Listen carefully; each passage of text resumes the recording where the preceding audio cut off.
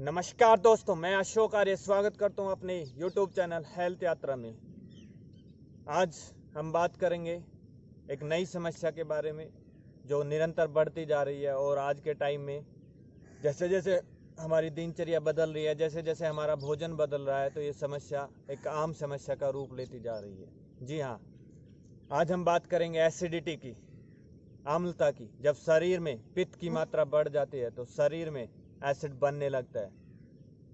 जब हमें निरंतर कब्ज रहने लगे, जब हम भोजन में ज़्यादा मसालेदार भोजन का प्रयोग करने लगे, तले भुने भोजन का प्रयोग करने लगे, या बाहर का डब्बा बंद भोजन का प्रयोग करने लगे, जब हम अधिक चिंता और तनाव लेने लगे, जब हम ज़्यादा चाय, कोल्ड ड्रिंक और कॉफ़ी का प्रयोग करने लगे, जब ज़्यादा गुटखा, बीड़ी, सिगरेट आदि का प्रयोग करने लगे, जब भोजन में मांसाहार का ज़्यादा प्रयोग बढ़ जाता है, जब भोजन के अंदर चीनी, नमक का ज़्यादा प्रयोग बढ़ जाता है, तो उस समय हमें ये समस्या उत्पन्न होने लगती है। उस समय हमें कालजे में जलन सी महसूस होती है, पेट के अंदर जलन सी महसूस होती है, खट्टी खट्टी डकारें आती है, उल्टी लगने का मन करता है, मिचली से आने लगती है। ये सभी लक्षण होते हैं इस समस्या का। जब धीरे धीरे ये समस्या निरंतर आपको रहने लगती है और एक लंबे समय तक ये समस्या आपको बनी रहती है, एसिडिटी, अम्लता, तो उस समय यह एक भयंकर बीमारी का रूप ले सकती है। आपको अल्सर बन सकता है, आपको नेत्र रोग हो सकता है, हृदय रोग हो सकता है, आदि बहुत सी बीमारियों का कारण बन सकती है। तो आज हम बात करेंगे इसके निवारण की, किस प्रकार इस समस्या को हम दूर कर सकते हैं। कुछ बदलाव अपने दिनचर्या में, अपने भोजन में, और कुछ ऐसे योग अभ्यास जिन्हें करने से हम इस समस्या को गारंटी के साथ दूर कर सकते हैं। सबसे पहले आपको चाय छोड़ देनी है। चाय को जैसे ही आप छोड़ देंगे तो 20% एसिडिटी तो आपकी वैसे ही ख़त्म हो जाएगी। उठकर गुनगुने पानी का प्रयोग करना है, और जिनको ज़्यादा एसिड बनता है उनको शीतल जल, ठंडे जल का प्रयोग करना है। फ्रिज का जल नहीं लेना है, आपको मटके का पानी पीना है। उसके बाद आप अपने भोजन में कुछ बदलाव कर सकते हैं। भोजन के अंदर आप ज़्यादा सलाद का प्रयोग कीजिए, जैसे खीरा, ककड़ी, गाजर आदि का सलाद का यूज कीजिए। आप पेठे का जूस, लौकी का जूस पीजिए। खाना खाने के बाद एक इलायची और लौंग आप नित्य प्रतिदिन खा लीजिए। खाना खाने के बाद पेशाब करके वज्रासन में बैठ जाइए। आप सुबह उठकर खाली पेट चबा चबा कर केला खा लीजिए, पेठा का जूस पी लीजिए, या पपीता खा लीजिए। एलोवेरा का जूस भी बहुत अच्छा होता है। और आंवले का चूर्ण का प्रयोग कर सकते हैं। आंवले को चूर्ण को हल्दी में और शहद में मिलाकर उसे नित्य प्रतिदिन चाट लीजिए। इस प्रकार ये कुछ बदलाव करके हम इस समस्या को दूर कर सकते हैं। और कुछ ऐसे योग अभ्यास और परिणाम जिन्हें हम प्रतिदिन करेंगे तो ये समस्या अवश्य ही दूर हो जाएगी। आज हम बात करेंगे ऐसे 5 आसन और 4 प्राणायाम की। चलो जी, सबसे पहले आ जाएंगे वज्र आसन की स्थिति में। वज्रासन, दोनों पैर मुड़े हुए, एड़ियाँ खुली हुई, पंजे मिले हुए, कमर गर्दन सीधी। ये हमारा पहला आसन। इसको आप खाना खाने के बाद भी कर सकते हैं। एकमात्र ऐसा आसन जिसे हम खाना खाने के बाद भी कर सकते हैं। कम से कम 5 से 7 मिनट, 10 मिनट तक हम इसे कर सकते हैं। प्रत्येक अभ्यास का 2 से 3 बार रिपीटेशन करना होता है। अब हम बढ़ते हैं यहीं से अपने अगले अभ्यास की तरफ।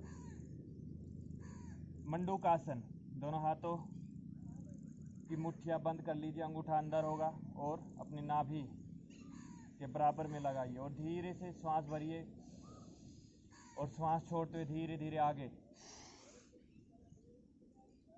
सामने देखिए। ये हुआ मंडूकासन।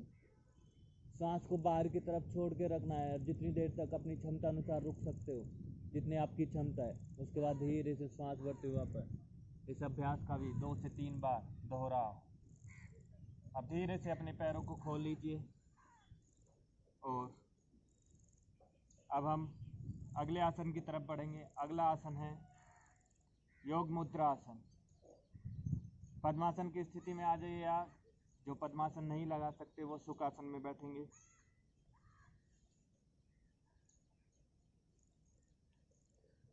और धीरे से श्वास भरेंगे। दोनों हाथ ऊपर की तरफ लेके जाओ। इनहेल। श्वास छोड़ते अपने राइट साइड जाइए। अपना माथा अपने घुटने से लगाने का प्रयास। धीरे से वापस श्वास छोड़ते अपनी बाएं तरफ, लेफ्ट साइड।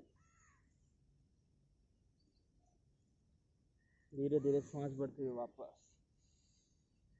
अब श्वास छोड़ते बीच में जाएंगे योग मुद्रासन, योगासन। धीरे धीरे वापस। इस प्रकार इस आसन का भी 3 से 4 बार अभ्यास नित्य।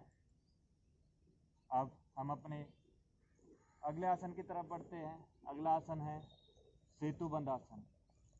धीरे से लेट जाएंगे, पीठ के बल, दोनों पैर जमीन पर, दोनों पैरों के बीच में अंतर, और अपने टखनों को पकड़ेंगे धीरे से और श्वास भरते धीरे धीरे अपनी कमर को ऊपर उठाएंगे और इतना ऊपर कि आपकी ठुड्डी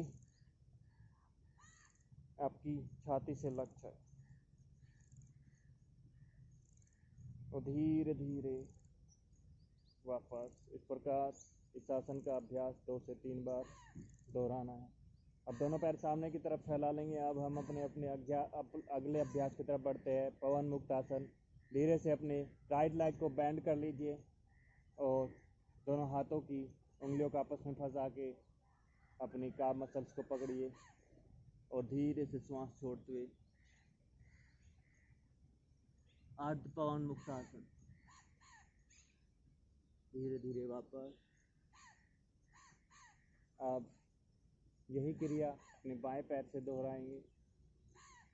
श्वास भरेंगे, श्वास छोड़ते हुए धीरे से वापस। अब दोनों पैरों को बेंड करेंगे, श्वास छोड़ते ऊपर, धीरे धीरे वापस आ जाइए। बाएं तरफ से करवट लेते हुए बैठ जाइए सुक्ष्म आसन में। अब हम बात करते हैं प्राणायाम की। 4 प्राणायाम जिन्हें निरंतर आप करोगे तो एसिडिटी की प्रॉब्लम नहीं होगी। सबसे पहले करेंगे अनुलोम विलोम का अभ्यास। अनुलोम विलोम में आपको करना क्या है, शंख मुद्रा बनाएंगे। अपने अंगूठे को, अपने दाएं हाथ के अंगूठे को दाएं नाक के पर रखेंगे, नाक के नथुने पर, उसे बंद कर लेंगे और धीरे धीरे और ज्ञान मुद्रा लगा के रखेंगे। धीरे धीरे श्वास भरना है अपने बाएं नाक से।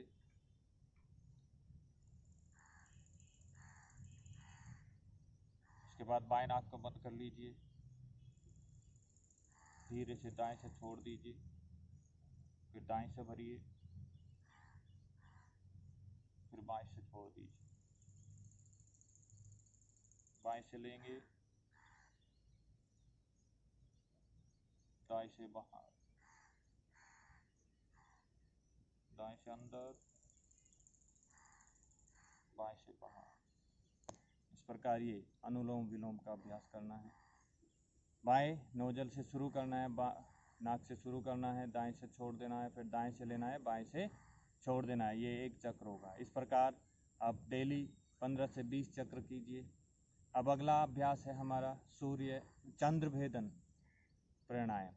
चंद्रभेदन प्राणायाम में क्या करना है, जिस प्रकार अनुलोम विलोम में शुरुआत की उसी तरीके से अपने बाएं नाक को बंद कर लीजिए, दाएं नाक को बंद कर लीजिए और बाएं नाक से शुरू करना है श्वास लेना। उसके बाद बाएं को बंद, दाएं से छोड़ दो, फिर दोबारा बाएं से लेना है, दाएं से छोड़ देना है, फिर बाएं से लेना है। इसमें बाएं से लेना है, दाएं से छोड़ना है, बाएं से लेना है, दाएं से छोड़ना है। ये हुआ चंद्र भेदन। अगला अभ्यास शीतकारी। शीतकारी में आपको क्या करना है, अपने दांतों को भींच के रखेंगे खोल के, और अपनी जीभा को पीछे की तरफ गोल करके लगा लेंगे और धीरे धीरे श्वास भरना है, एक सी की आवाज़ की तरह।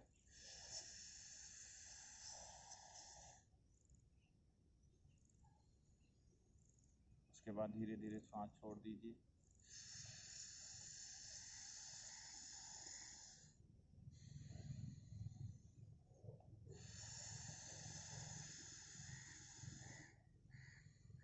ये हुआ शीतकारी। अगला अभ्यास भ्रामरी प्राणायाम। भ्रामरी प्राणायाम में आपको सीधा बैठ जाना है, दोनों हाथ ज्ञान मुद्रा में, श्वास भरना है। इसे मकार ध्वनि भी बोल देते हैं। लंबा श्वास भरिए और भंवरे की तरह गुंजन करते हुए श्वास को बाहर छोड़ना है।